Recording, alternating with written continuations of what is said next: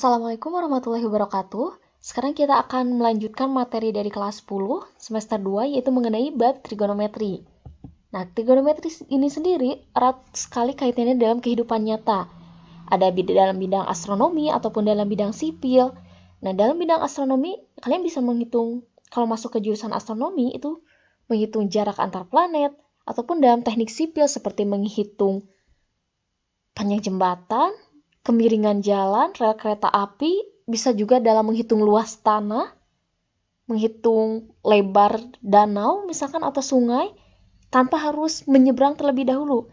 Karena kalau misalkan kita ingin mengukur panjang lebar sungai misalkan, nggak harus nyebrang pakai meteran juga, tapi kita menggunakan di sini trigonometri.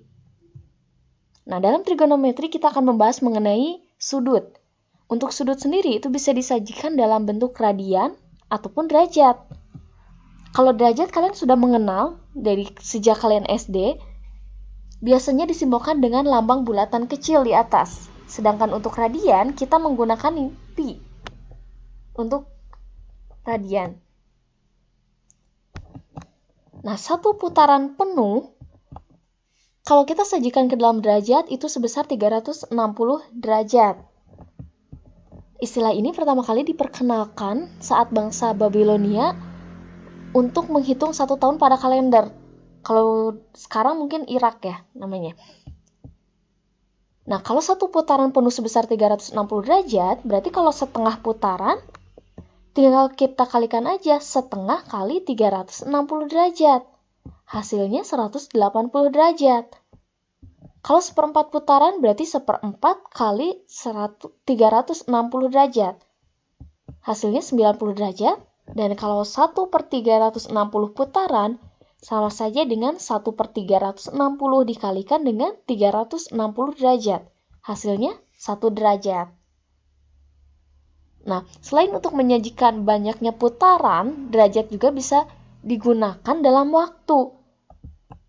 1 derajat itu sama dengan 1 jam untuk jam gitu.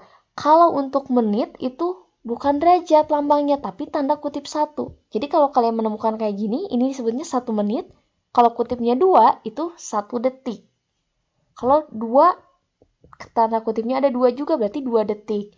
Kalau yang ini misalkan ada 5 kutip 1 di sininya, berarti itu sama aja dengan 5 menit. Nah, untuk radian, apa itu radian? Coba perhatikan gambar berikut. 1 radian itu diartikan sebagai besar ukuran sudut pusat alfa, ini alfa dibacanya, yang panjang busurnya sama dengan jari-jari. Busurnya di sini AB. Kalau kita rentangkan, ini kan lengkung, kalau kita luruskan itu sebesar R. Maka akan sama panjangnya dengan jarak dari O ke A ataupun dari O ke B. Kalau tidak sama, maka bisa dihitung dengan perbandingan berikut. Sudut AOB yang sebelah sini, itu bisa dicari dengan pembagian dari panjang busur AB dibagi dengan R. Nantinya akan menghasilkan radian. Nah, karena tadi satu putaran penuh itu sebesar 360 derajat, bisa juga disajikan dalam bentuk radian, yaitu sebesar 2pi radian. Nah, dengan 1 derajat ini sama aja dengan 1/180 pi radian. Atau kalau kita nyatakan radian ke dalam derajat, 1 radian itu sebesar 57,3 derajat. Nah, satu putaran penuh tadi sebesar 360 derajat atau sama aja dengan 2 pi radian. Berarti bisa kita simpulkan kalau 1 pi radiannya sebesar 180 derajat atau sama aja dengan setengah putaran. Nah, untuk memahami lebih jauh lagi, coba perhatikan hubungan berikut. 1/4 putaran kalau kita sajikan ke dalam derajat, itu sama aja dengan 1/4 dikalikan dengan 360. Ini dibagi 4, hasilnya 90 derajat. Kalau 1/3 putaran berarti 1/3 kali 360. Tinggal dibagi saja, hasilnya 120. Setengah putaran tinggal dibagi, hasilnya 180. Ini untuk derajat. Bagaimana kalau radian? 90 derajat kalau kita nyatakan ke dalam radian, tinggal 90 dibagi 180 bisa disederhanakan kan? Ini bisa dibagi 90 hasilnya 1, yang bawah bisa dibagi 90 hasilnya 2. Jadi setengah pi radian. Kalau 120 derajat berarti tinggal 120 dibagi dengan 180. Ini bisa dibagi 60, dapat 2, ini dibagi 60 dapat 3. Jadi 120 derajat itu sama aja dengan 2/3 pi radian. Nah, untuk yang ini 180 derajat tinggal dibagi aja, berarti sama aja dengan 1 pi radian. Atau kalian cukup menulisnya dengan pi radian. Kalau yang ini kan masih di bawah 360. Kalau yang nomor 4 itu 4 putaran, berarti 4 kali muter. Kalau kita nyatakan ke dalam derajat, itu tinggal dikalikan saja 4 dikali 360 derajat.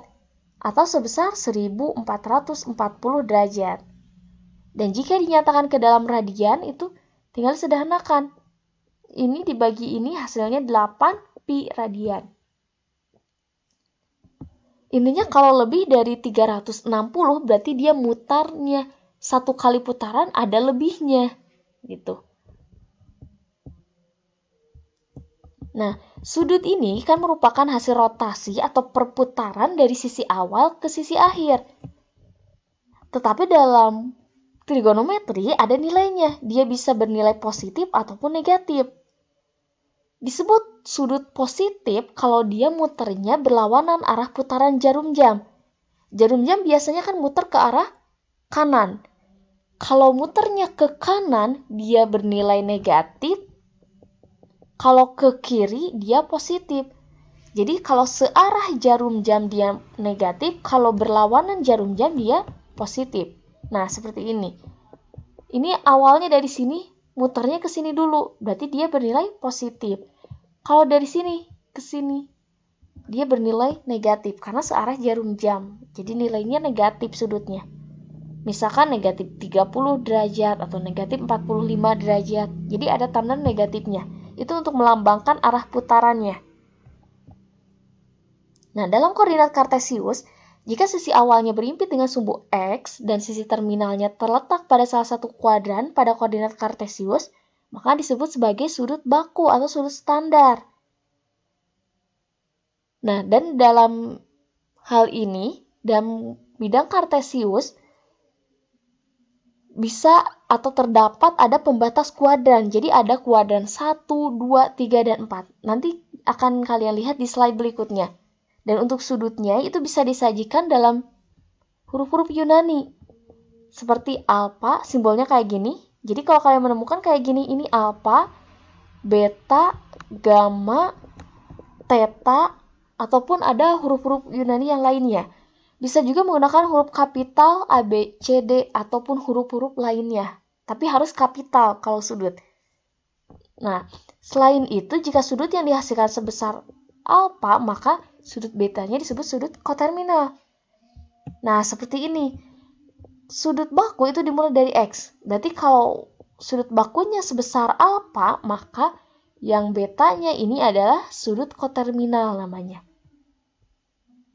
Nah, dalam trigonometri itu terdiri dari 4 kuadran. Kalau kita sajikan ke dalam kuadran koordinat kartesius gitu.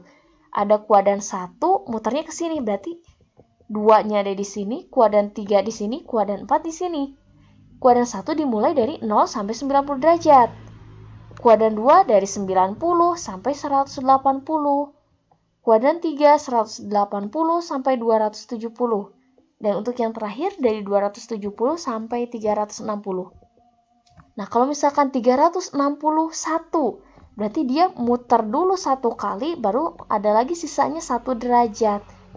370, berarti muter dulu sekali, sisanya 10 derajat. Ada di sebelah sini. Kalau 200 derajat ada di mana misalkan? 200 ada di sini kuadran 3, berarti dari sini dia muternya ke sini, berarti sudutnya sekitar sini. Ada di kuadran 3, garis ujung kayak gininya. Nah, kita akan menggambar di sini besar sudut pada koordinat kartesius. Kalian membutuhkan busur untuk menggambarnya. Jadi silakan siapkan terlebih dahulu.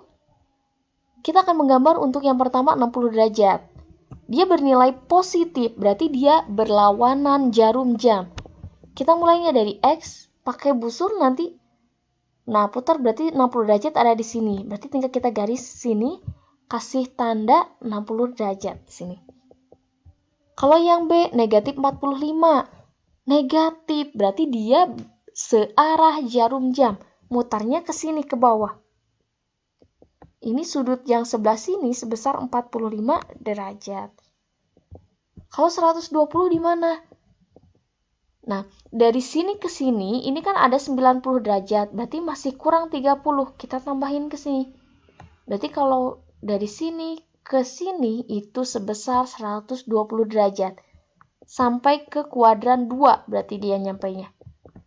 Dan kalau 600 derajat berarti dia muter dulu satu kali karena lebih dari 360. 600 dikurangi 360 berarti dia punya sisa 240. 240 jadi setelah muter satu kali punya sisa muter lagi. 240 ada di kuadran 3 berarti stop di sini. Nah, itulah materi kita untuk hari ini. Jika ada yang kurang dimengerti, silahkan ditanyakan. Semoga bermanfaat. Wassalamualaikum warahmatullahi wabarakatuh.